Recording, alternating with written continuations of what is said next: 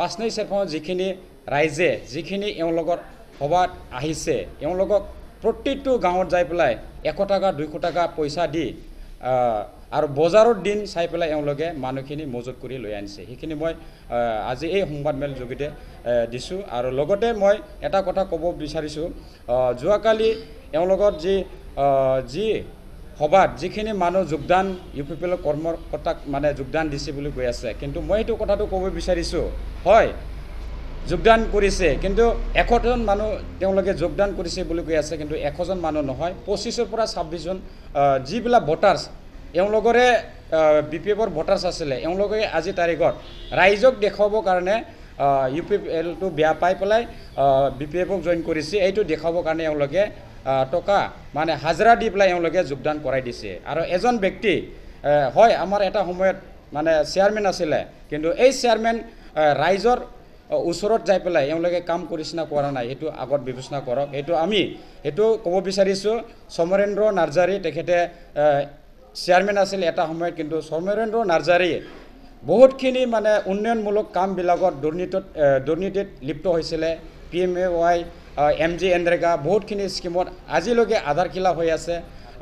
সেইবিলাক মানুহক আমি কিছু আমাৰ দলৰ নীতি নিয়ম ভংগ কৰি মানি চলাৰ কাৰণে আমি দলৰ পৰা তেখেতক আমি বহিষ্কাৰ কৰিছিলে এই ব্যক্তি মানুহকে আজি তাৰিখে এওঁলোকে BPF জইনিং কৰা দেখাইছে আৰু ৰাইজক সেইটো দেখাব বিচাৰি আছে আৰু এই ব্যক্তিজনক আমি ক'ব বিচাৰিছোঁ যেনেকৈ আমি এটা ঘৰত মানে এটা চাফ চিকুণ ৰাখিবৰ কাৰণে জাবৰকেইটা আমি যেনেকৈ ডাষ্টবিনত পেলাওঁ এই ডাষ্টবিনত পেলোৱা যিখিনি স্ক্ৰাব যিখিনি অমূল্যহীন বস্তু সেইখিনি মানে এওঁলোকে আজি তাৰিখত সংগঠনটো চলাবৰ কাৰণে এওঁলোকে এইবিলাক যিখিনি নলগা ব্যৱহাৰ নোহোৱা বস্তু এওঁলোকে এনেকৈ মানে জমা কৰি আছে শান্তি পদযাত্ৰা কৰিছিলে গতিকে তেওঁৰ যিখিনি বক্তব্য ৰাখিলে তাৰে প্ৰত্যুত্তৰত আমি কিছু প্ৰতিক্ৰিয়া দিবলৈ ওলাইছোঁ প্ৰথমে তেওঁ কৈছিলে আমাৰ যিটো আমাৰ 10 তাৰিখৰ ওদালগুৰি জিলাৰ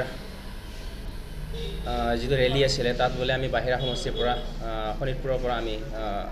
মানুহ আনিছোঁ গতিকে তেওঁ কি উদ্দেশ্য এইটো ক'লে কাৰণ তেওঁ ইতিমধ্যে নাজানে যে BTRৰ সীমা ক'লৈ আছে গতিকে আমাৰ ৰৌতা সমষ্টিৰ যিকেইজন আমাৰ ভোটাৰ গতিকে তেওঁলোক কোনটো ৰাস্তাৰে আহিব 17টা বছৰে তেওঁলোকে এখন দলং দিব নোৱাৰিলে গতিকে বৰচলা সমষ্টিৰ মানুহখিনি এনেকৈ শোণিতপুৰ আপোনাৰ ৰৌতা ওৰাং হৈ আহিব লাগে গতিকে প্ৰথমে দেখাত আমি সকলোৱে ভাবিম যে শোণিতপুৰৰ পৰা আহিছে কিন্তু তেওঁলোক একচুৱেলি বৰচলাৰ পৰা আহিছে গতিকে এইটো তেওঁৰ যিটো তেওঁ সংবাদ লগাইছে এইটো ভিত্তিহীন গতিকে আমাৰ ওদালগুৰি সমষ্টিৰ বাহিৰে আৰু কোনো তাত উপস্থিত হোৱা নাই আৰু দ্বিতীয়তে তেওঁ এটা প্ৰকাশ কৰি আছে প্ৰমোদ বড়ো হাতাও BTC বচাও একচুৱেলি প্ৰমোদ বড়ো হাতাব তেওঁ ভাবিলে নাহাতে প্ৰমোদ বড়ো গতিকে তেওঁ ইতিমধ্যে ৰাইজে তেওঁ এই সমষ্টিৰ পৰা মানে BTCৰ পৰা বাহিৰ কৰাই দিছে গতিকে তেওঁ সেইটো ৰাইজৰ যিটো মতামত বা যিটো ৰাইজৰ সিদ্ধান্ত এইটো মানি ল'ব লাগে এনে অযথা মানে মতিভ্ৰমৰ নিচিনা বকি থাকি লাভ নাই আৰু তেওঁ এটা কথা কৈ ঘূৰিছে প্ৰমোদ বড়োৱে মানে মিছলীয়া তেওঁ পাপে চুইছে বা পাপে চুব কিন্তু বৰ্তমান সময়ত পাপে কাক চুইছে ৰাইজে সকলোৱে জানে কাৰণ তেওঁলোকৰ যিবিলাক নেতা পালি নেতা আছিলে আগত দুৰ্নীতি কৰা তেওঁলোকৰ বেছিভাগে এতিয়া আপোনালোকে মিডিয়া বন্ধুসকলৰ নজৰ কৰিব প্ৰায়ভাগে এতিয়া নৰিয়াত পৰি আছে গতিকে তেওঁলোকে যদি ভাল কাম কৰিছিলে তেওঁলোক একচুৱেলি আমি ব্যক্তিগত কাকো টাৰ্গেট কৰি কোৱা নাই কিন্তু আপোনালোকে ৰাইজে বিবেচনা কৰিছে নহয় কোনে পাপত পৰি কোনে নৰিয়াত পৰি আছে গতিকে আপোনালোকে মিডিয়া বন্ধুসকলেও অকণমান এনালাইজ কৰক কাৰ পাপে লাগিছে এইটো তেওঁ আমাৰ মিডিয়াৰ জৰিয়তে বুজাব বিচাৰিছোঁ হাগ্ৰামা মহিলালৈ তেওঁ এনালাইজ কৰক পাপে কাক চুইছে আৰু আপোনাৰ তেওঁ শান্তি পদযাত্ৰা উলিয়াইছে মানি ল'লোঁ এতিয়া কি অশান্তি নেকি আমাৰ মিডিয়াৰ জৰিয়তে তেওঁ সুধিব বিচাৰিছোঁ এতিয়া সময়টো অশান্তি নেকি তেতিয়াহ'লে 17 বছৰত যে হত্যা হিংসা হৈ আছিলে হত্যা হিংসা ধৰ্ষণ অপৰাধ আৰু আপোনাৰ ধন দাবী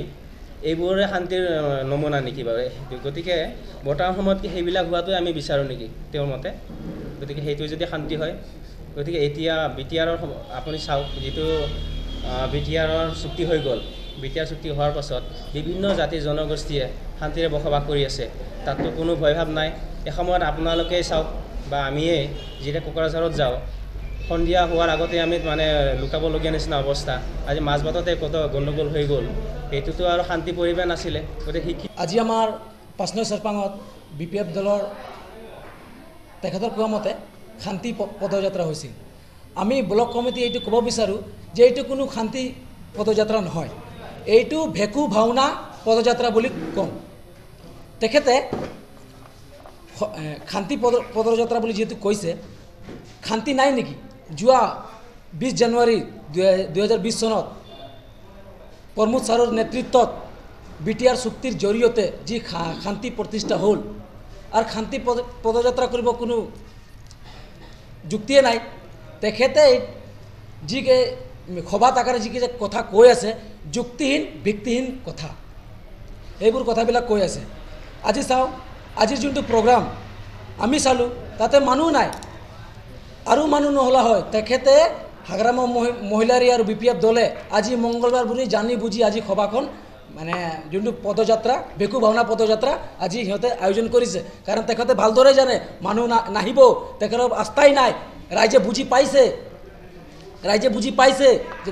BPF দলৰ থাকি কিনে একো উন্নতি নহ'ব। 17 বছৰে যি দুৰ্নীতি কৰিলে, হাৰাশাস্তি কৰিলে,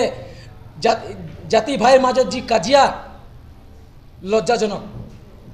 তো সেই আজি প্ৰগ্ৰামটো মংগলবাৰ বুলি মানে মানুহ হ'ব। আজি আমি ৰেলী চালোঁ, কিছুমানে মোনা লৈ বজাৰৰ সামগ্ৰী লৈ ৰেলী কৰি আছে। তাতে বুজা যায় সিহঁতে বজাৰ আহিছিল, বজাৰৰ নামত মানে ৰেলীত লৈ গৈছে। সিহঁতৰ পজিটিভ হ'ব, এইটো UPPLৰ পক্ষত পজিটিভ হ'ব। সিহঁতে ক'বই লাগিব। 17 বছৰ যিহেতু ৰজাৰ নিচিনা শাসন কৰিলে, এতিয়া সিহঁতৰ মানে কি কয় মোৰ কাম নোহোৱা হৈছে। 17 বছৰ যিহেতু শাসন কৰিলে, এতিয়া বিৰোধী থাকিব পৰা নাই।